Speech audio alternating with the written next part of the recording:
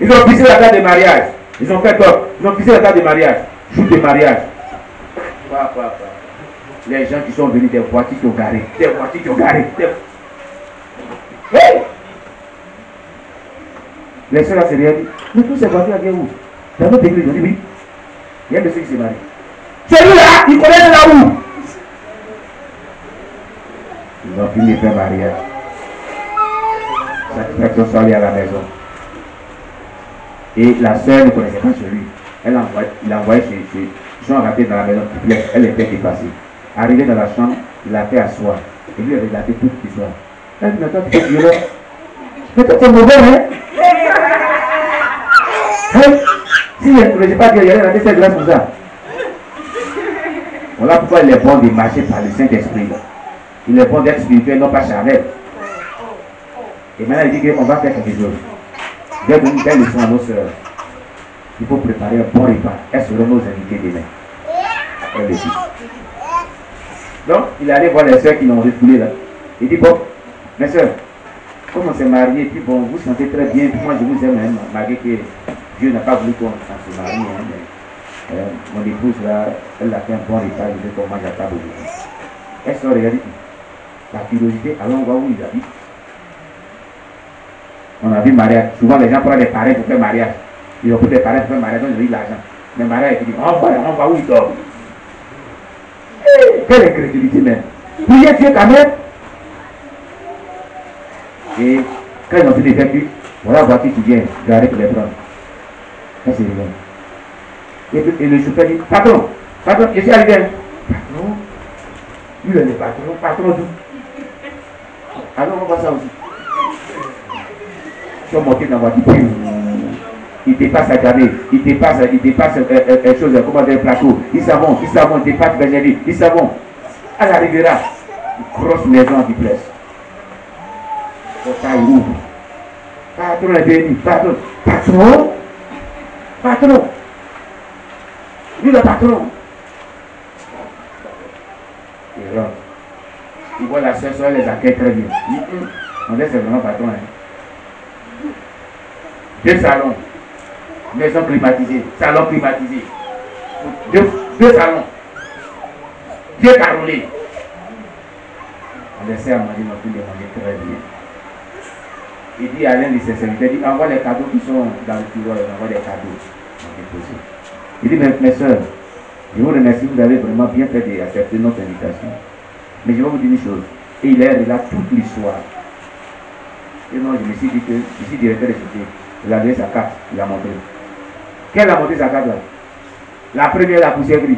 Eh bien, je suis foutu. Dieu, pourquoi tu ne peux pas parler? Qu'est-ce que j'ai fait, c'est de père? Qu'est-ce que j'ai fait, Seigneur? Aie pitié de moi. L'autre est tombé à succombe, la deuxième est tombée à succombe. Parce qu'en réalité, les soeurs la cherchaient marier grand type. Elle voulait marier grand type. Vous voyez? So, vous riez. Toi, Mangaza, si quelqu'un vient et tu ne pries pas bien, viens te prier au Québec là-bas, au Canada. Alléluia. Et c'est comme cela, il les a dit dans la vie, quand tu es chrétien, il faut prier Dieu, il faut prier Dieu en toutes choses. Il ne faut pas juger sur l'apparence. Et il a dit, comme l'a dit la Bible, l'homme regarde à l'apparence, mais Dieu regarde au cœur. Voilà la femme que Dieu m'a donnée. Elle, on appelle bien commun dans le mariage. Toutes les bénédictions, ça sera ces bénédictions. Elles ont pleuré. Elles ont pleuré. Dit, bon, néanmoins, j'ai préparé des cadeaux pour vous donner. Que Dieu vous fortifie. Il dit, chauffeur, il faut les accompagner chez eux à la maison. Alléluia. C'était des sœurs en crise. Ce n'est pas des sœurs en crise, c'était des sœurs en crise. On acclame aussi bien Jésus. Donc il y a l'homme de la destinée et la femme de la destinée. Amen. Il ne faut jamais rater ces personnes-là. Dieu met souvent des personnes de destinée sur nos chemins pour booster un domaine de notre vie ou toute notre vie. Quand tu n'as pas encore croisé les hommes de destinée, ta vie ne peut pas être boostée. Tu peux les croiser, mais si tu n'as pas aussi le discernement d'esprit, tu vas vraiment rater véritablement ta destinée. Tu vas rater le mariage, l'homme de ta vie, la femme de ta vie. C'est vice-versa. Que Dieu nous bénisse. Je poursuis donc notre témoignage. Alors, tu étais trop fier de toi-même. Femme, l'appela Jésus-Christ. Une fois encore, il lui dit, tu pues, ta peau pue. Ce n'est pas la peau avec laquelle tu as été créé. Tu l'as détruite avec les crèmes éclaircissantes, avec les maquillages. Moi, Jésus-Christ, je hais les maquillages ainsi que l'éclaircissement de la peau. La chose que tu as mise sur la tête, est-ce tes cheveux? C'est-à-dire avec les faux cheveux, c'est-à-dire mèches, perruques. Tu as porté les faux cheveux, les cheveux de la reine de la côte, sur la tête, et tu l'as appelé tissage. Ne sais-tu pas que les tissages sont produits par les esprits des eaux, les boucles d'oreilles que tu portais? Ne sais-tu pas que, au courant que ce sont les propriétés de Satan? Femme, tu pues. Je vais te montrer ton dossier de travail pour moi. Écoutez, le dossier de travail pour lui. Chaque personne sur la terre doit travailler pour Dieu. Écoutez très bien. Alors Jésus-Christ prit un dossier, l'ouvrit et dit, femme, regarde ton dossier. Regarde s'il y a quelque chose écrit dans ton dossier. Ce dossier est vide. Cela montre que tu n'as rien fait pour moi au cours de ta vie. Tu es morte à l'âge de 56 ans et ton dossier est vide. Éloigne-toi de ma vie. Et immédiatement, un vent l'emportant dans la direction de l'enfer. Elle est partie à l'enfer. La question que je te pose, qu'est-ce que tu fais pour Dieu? Avant de continuer à la question suivante, qu'est-ce que toi tu fais pour Dieu? Si tu ne fais rien pour Dieu, je t'assure, ton dossier est vide, ça va t'amener en enfer. Tu évangélises, tu pries pour les gens, tu gères, tu fais quelque chose à l'église, tu ne fais rien. Tu viens dimanche, tu retournes à la maison. Tu viens dimanche, tu retournes à la maison. Tu viens dimanche, tu retournes à la chanson. Dimanche à la maison, dimanche à la maison, dimanche à la maison, dimanche à la maison. Ton nom sera appelé dimanche à la maison. On t'a appelé dimanche à la maison, dimanche à la maison, dimanche à la maison. Et un jour, tu vas rendre compte à Dieu pour tout ça. Parce que ton dossier sera vide. Amen. Ensuite, Jésus-Christ me dit, fils, les gens jouent avec leur vie. Il faut à l'église pour être identifié comme membre de l'église. Cependant, le ciel ne les connaît pas. Vous voyez ce que Jésus a dit après ses valides. Et puis mon fils, les gens vont à l'église pourquoi on dit qu'ils sont membres de cette église, cette église. Alors à ce temps, le ciel là, au ciel on ne les connaît pas. Comme maman dit l'église. Ça là, ça fait mal d'être. Tu vas chaque dimanche à l'église, chaque jour tu vas à l'église, alors que au ciel tu n'es pas connu comme un chrétien. De tout ce temps là, tu as fait quoi? Zéro. C'est pour cela qu'il faut être chrétien. Et il ne faut pas être un chrétien. Il y a chrétien et puis il y a chrétien. Il y a diacre et puis il y a diable. Il y a les gens, ils ne sont pas diacres, mais ils sont diables. Amen. As-tu vu la raison pour laquelle je souffre tout le temps? Mon peuple n'est pas sérieux avec moi. Oui, les chrétiens ne sont pas sérieux avec Jésus-Christ. Voilà ce que Jésus dit à Christ et Évanouie sur ses crédits. Jésus lui dit, mon peuple n'est pas sérieux avec moi. Amen. Ils prennent mon œuvre à la légère et avec négligence. Ils prennent l'œuvre de Dieu à la légère et négligence. Il ne faut pas l'œuvre de Dieu avec vraiment du sérieux, avec crainte de Dieu. Ils font cela avec négligence. Ils ne savent pas que le jour où ils ont répondu à l'appel de l'autel, des dossiers ont été ouverts pour eux. C'est-à-dire, qu'est-ce qu'on appelle l'appel de l'autel? Le jour que tu as accepté Jésus-Christ. Amen, ton dossier a été ouvert. Ton dossier pour travailler pour Dieu a été ouvert. Les gens disent, je ne suis pas encore chrétien mûr, je suis encore nouveau chrétien, je suis encore nouveau chrétien. Le jour que tu as accepté Jésus-Christ, un dossier est ouvert pour que tu travailles pour Dieu. Mais tu ne travailles pas pour Dieu. Tu ne fais rien pour Dieu depuis ce temps-là. Ton dossier est vide. Amen. Mon peuple ne sait pas que le dossier de certains d'entre eux est vide. Fils, je te montre cela parce que j'ai besoin des armes. Mon peuple devait sortir et de gagner des armes. Dis-leur que l'année 2017 est l'année de l'évangélisation pour gagner des âmes. C'est l'année au cours de laquelle il y aura beaucoup de rétrogradation. Beaucoup de chrétiens vont abandonner la foi. On dit, vous ne sortez pas pour évangéliser. Il a posé la question. Dans la semaine, là, qui a parlé de Dieu avec elle? Qui a évangélisé au moins 6 personnes dans la semaine? Levez les doigts et voir. Qui a parlé de Dieu à une personne? Levez-vous, vous qui avez parlé de Dieu à une personne. Levez-vous et voir.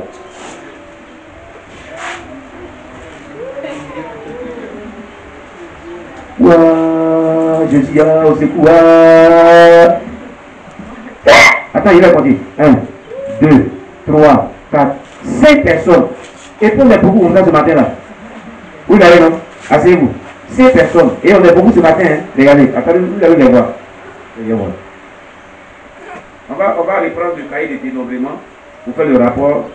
Et voilà. Vous voyez, non? Vous qui êtes dans l'antenne, regardez le nombre de personnes qui est venu aujourd'hui. Regardez. Vous les voyez, non? Sabine, tu les vois? Voilà. Vous les voyez?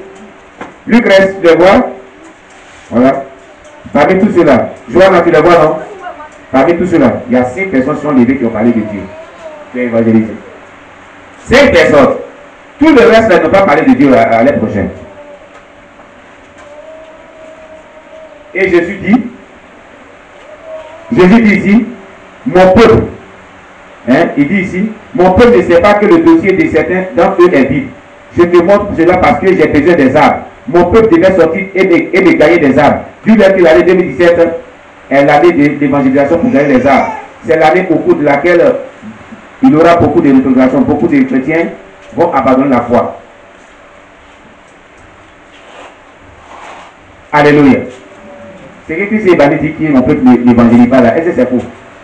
C'est qui vient de dire que mon peuple n'évangélise pas là, c'est faux. Vous pouvez le constater, est-ce que c'est faux? Hein? Je comprends par là que quand tu évangélises et que tu gagnes âme, ton dossier s'est rempli. C'est écrit dans ton dossier. Ça veut dire que nous sommes tous obligés de gagner les âmes pour que nos dossiers soient remplis. Ça veut dire que si tu ne gagnes pas les âmes là, tu ne peux pas rentrer au ciel, ton dossier est vide. Si tu ne parles pas de Dieu à quelqu'un qui n'évangélise pas, ton dossier est vide. Amen. Amen. Qui veut vraiment évangéliser à partir d'aujourd'hui? Levez vos doigts, vous qui voulez évangéliser. D'ici dimanche là, chacun doit envoyer une personne. On va voir si vous voulez évangéliser. Évangéliser puis envoyer les gens à l'église, on va voir. Là, votre dossier sera vraiment bien rempli. Amen. Que Dieu vous bénisse. C'est l'un des signes de la fin des temps. Fils, dis à mon peuple de bien prier pour que le vent qui va souffler en provenant du fond de l'enfer en 2017 ne fasse pas chanceler leurs pieds. Rappelle-toi ce qui s'est passé au cours du réveillon 2015 dans votre église. J'ai dit qu'il y aura des tribulations au Nigeria en 2016. Ce que tu as dit au bien, ce que toi et les autres vous aviez vécu en 2016 est seulement 0% de ce qui va arriver après le départ des chrétiens qui sont saints et purs. Deux choses vont se produire. Toute personne qui va rater l'enlèvement des miens, il sera mieux pour lui qu'il ne soit pas mis au monde, parce qu'il ne pourra pas survivre la tribulation qui lui sera donnée. Alors suivez la 7e personne qui va être jugée. Il est dit ici, quand il rate l'enlèvement, la grande tribulation qui va venir là, où vont mettre la marque de la bête sur les gens là, qui ne pourra pas supporter. C'est comme dans les films là, c'est petit. On nous a fait des films sur la grande tribulation, non? L'enlèvement, on a fait ici, c'est petit. Mais c'est que les gens vont vous faire. Vous qui m'écoutez, vous ne voulez pas, vous ne pouvez pas être sauvés aussi là. C'est que les gens vont faire quand le but ne sera pas sur terre. Ils vont choquer, un fer rouge dans tes yeux. Et puis eux, ils prennent marteau, et puis ils mettent fer, et puis ils vont taper ton hôtel là, un pao. Hôtel, c'est vraiment aigu que ça fait mal la nuit. Et puis on prend un gros marteau, puis on tape, on met les hôtels, puis on tape un. Oui, ça s'éclate. Et puis il dit, tu acceptes Jésus-Christ, tu acceptes la marque de la bête. Tu dis, il y a ça, Jésus, d'accord, on revient. C'est qu'on appelle ces petits. C'est qu'on vient en là. C'est grand. Ils vont te tuer à petit peu. Donc faites un effort. Faisons un effort, nous tous. Pour vivre dans la sainteté, pour être enlevé au premier son de la trompette. Amen. Très bien. Alors suivez la 7e personne qui va être jugée.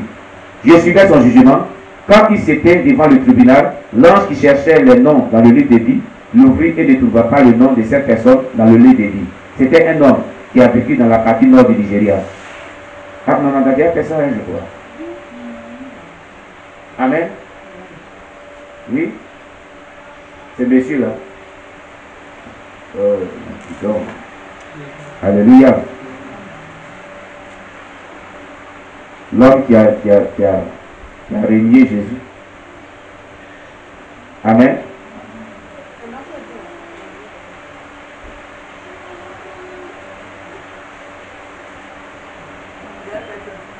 Alléluia. Ok. On va voir la 8e personne du corps.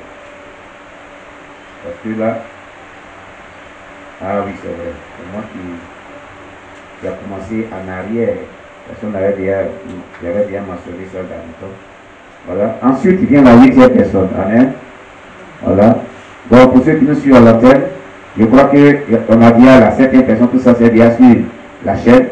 Voilà. 6e, 7e personne, c'est sur la chaîne. La 8e personne vient pour être jugée. L'ange ouvrit le livre de vie et son nom ne fut pas trouvé dans le livre de vie. Alors Jésus-Christ lui dit, ma fille, pourquoi n'as-tu pas renoncé au manque de pardon dans ta vie? Il y a les gens, les affaires ne finissent pas. Ils pardonnent difficilement. La rancœur. La rancœur. Cette personne, cette fille-là n'a pas pardonné. Le manque de pardon. On t'a offensé, on t'a fait du mal. Il faut pardonner. Oh. Tu ne pardonnes pas, ça va te condamner en enfer. Amen. Pourquoi n'as-tu pas renoncé au manque de pardon dans ta vie? Le manque de pardon t'a coûté le ciel. Tu as gardé des rancœurs jusqu'à dans ta tombe. Tu n'as pas pardonné à ton mari qui t'a offensé. Elle n'a pas pardonné à son mari qui l'a offensé. Tu n'as pas pardonné à ton mari qui t'a offensé. Tu n'as pas pardonné à ton fils qui t'a offensé. Dans ta colère, tu as même maudit ton fils. Ne sais-tu pas que tu devrais te bénir au lieu de le maudire? Je vais te montrer ton dossier de travail pour moi. Les mamans qui aiment maudire les enfants. Les papas qui aiment maudire les enfants. Qui n'aiment pas pardonner les enfants. Les maris qui ne pardonnent pas les femmes. Les femmes qui ne pardonnent pas les maris. Et vous écoutez très bien. Vous écoutez. Alors Jésus-Christ prit un dossier, l'ouvrit et voilà, il était vierge. Ton dossier est vide. Commentaire de Jésus-Christ. Tu n'as rien fait pour moi. Tu as passé toute ta vie à ne rien faire pour moi. Je vais te récompenser proportionnellement à l'œuvre que tu as accompli pour moi. Immédiatement, une voix répondit, dégage. Et elle va l'emporter dans la dimension de l'enfer. La 9e personne vient pour être jugée. Et l'ange ouvrit le livre de vie. Son nom n'y fut pas trouvé. Jésus lui dit, meurtrier, as-tu fini de tuer? Prostituée, as-tu fini de tuer? Tu as utilisé ton corps pour la prostitution. Tu t'es fait de l'argent. Tu as avorté toutes les grossesses. Tu as tué des hommes et tu t'es enfui avec l'argent. As-tu vu comment tu es morte tous les jours pour le voleur, un séjour pour le propriétaire? C'était une jeune dame. Elle était meurtrière. Elle était meurtrière. Elle s'est prostituée. Elle a utilisé son corps pour se prostituer, pour avoir de l'argent. Elle a avorté des grossesses. Et quand elle couche avec souvent des personnes, elle les tue. Et puis elle disparaît, elle a l'argent. Ça, c'est les grands types.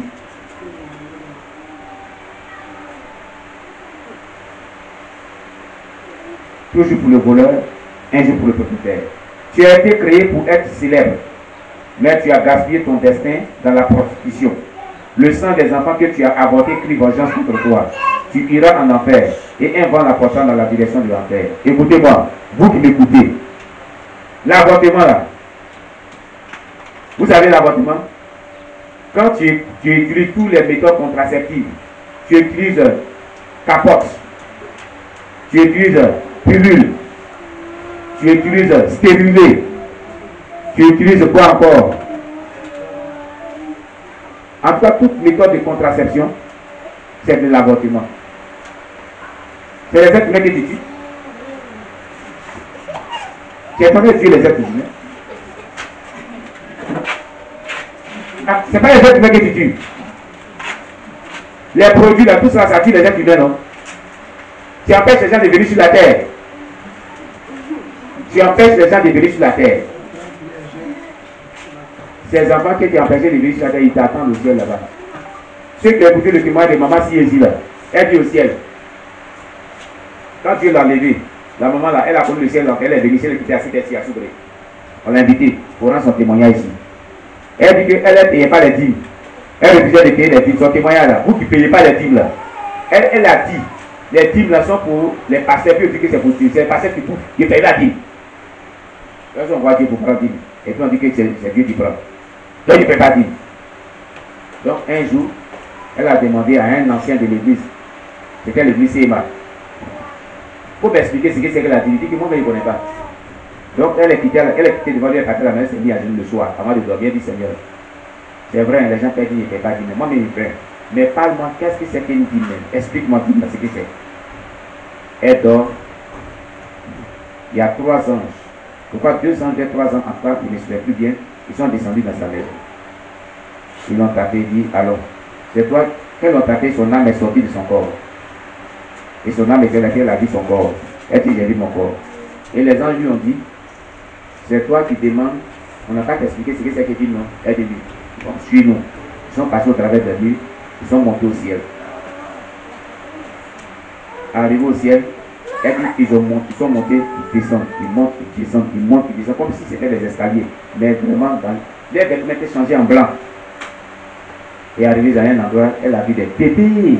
La première personne qui a dit, elle a vu des bébés.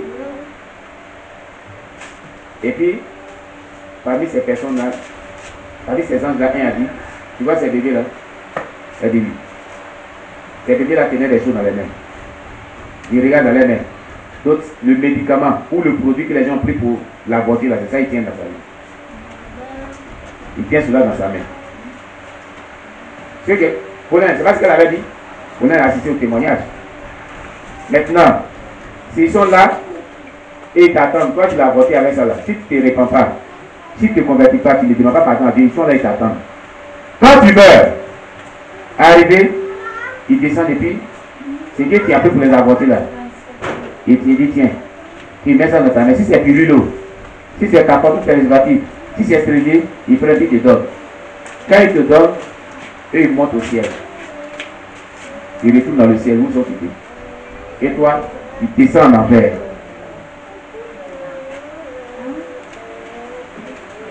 Amen. Ce n'est pas seulement les femmes, hein, mais les hommes à votre, vous qui conseillez aux jeunes femmes, parce que vous êtes sortis avec eux et puis, il y a eu, vous les conseillez d'aborder là, vous êtes coupables. Eux aussi vous attendent là-bas. Et maintenant, quand tu es sur la terre, que tu as produit cette vérité, et puis tu demandes pardon à Dieu, tu te réponds, le bébé là, il tenait à main, et puis t'attendais au rendez-vous là. Il prend ça, il jette, ça disparaît dans sa main, et puis il retourne au ciel.